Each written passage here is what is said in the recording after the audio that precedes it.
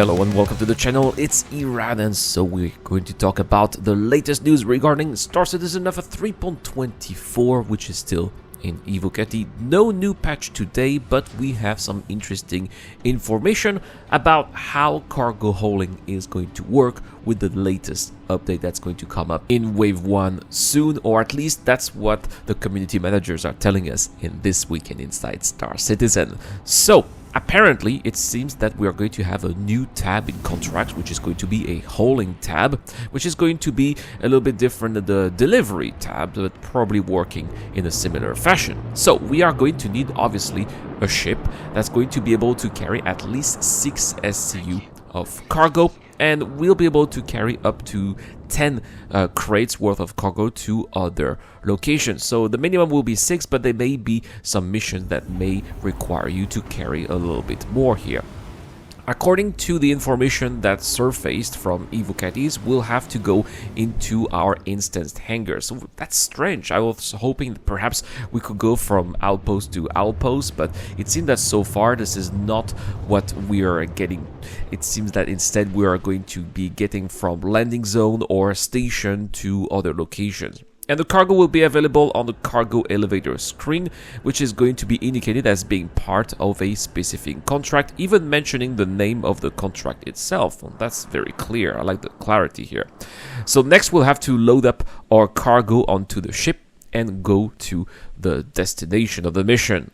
And then, once all of the cargo has been loaded, then we are going to, as I said, go to the destination, and we'll have to unload it and put it into the warehouse of the location. So we have to put the cargo inside the elevator and send it down like we would store the other items that will also come with this patch. The cargo will then vanish, and it will count toward the completion of the mission. Then the rewards are going to be calculated based on the percentage of cargo that has been successfully delivered. So I guess that this means it's possible that we might get some fractions of the reward based on, for example, the percentage of the cargo that we deliver. So let's say the mission is worth 5,000 Alpha UEC and you deliver 50% of the cargo, then you are going to get 2,500 Alpha UEC, or at least this is what is implied. If you're an Evocati and I am wrong, of course, please let me know in the comment section down below. Also, that's a very interesting point here. It seems that these missions are timed, so you're not going to be able to wander around and spend your entire day with your cargo and do nothing with it. Apparently, the time limit is 5 hours, so you'll have a 5-hour time frame to complete the mission. Otherwise, the cargo will be considered stolen. But I think that this is still quite enough if you want to take multiple cargo missions. You have a C2 Hercules, you want to take a ton of starter missions and go to lots of different locations. I think that it's still going to be feasible, at least when the delivery missions with little boxes work. That's what I do with Pisces, and it seems to be working fine when we can deliver the boxes. So I think that we'll be able to do that with the big cargo boxes too. Now, when it comes to server error, now this is really interesting, guys. Of course, when there is a server error and then it recovers with the replication layer, the missions don't work anymore, right? The missions are auto-abandoned. This will be the case too here, but as we know, when there is a server recovery, the cargo remains.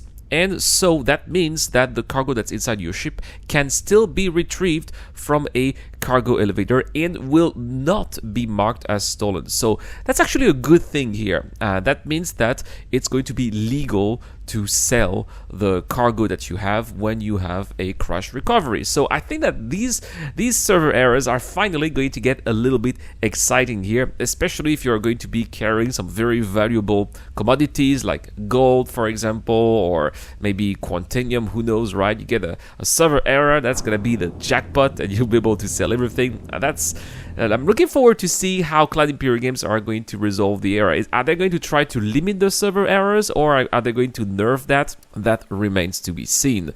We've also learned that there are still a few details that are quite interesting. For example, when you're using a tractor beam on a contract cargo, you will have a little indication that will tell you that the cargo is part of a contract. So the UI section tells you that it is, plus you're going to have the weight of the tractored object, so that's also going to be telling you if it's going to be easy to handle or if it's going to be a little bit too heavy for, let's say, your small multi-tool.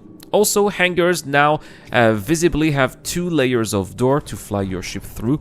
So obviously one part is the spaceport model and belongs to the hangar itself, but probably the other one is going to be your personal hangar. Normally this should not have any impact because they open at the same time, but of course it seems that EvoCaddy users sometimes can experience one layer of door opening while the other is not, meaning that they can be trapped, but we can expect CIG to be fixing that in PTU Wave 1 and forward, and then hopefully when it gets released this is not gonna be happening, but we do know that sometimes these bugs come back in the live servers, so that's also something to keep in mind for when this patch is eventually released.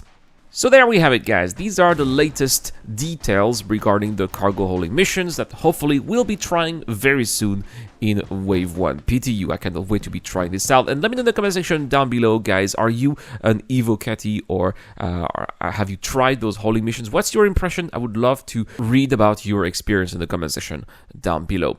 Thank you so much for watching, guys. And of course, a big shout out to my Patreon and YouTube members, including Dr. Forbin, Zero Crusher, Deployable, Fidel, Ducky to Ducker, and Shadow Rise. I've been Irad. I'll see you guys in the next one.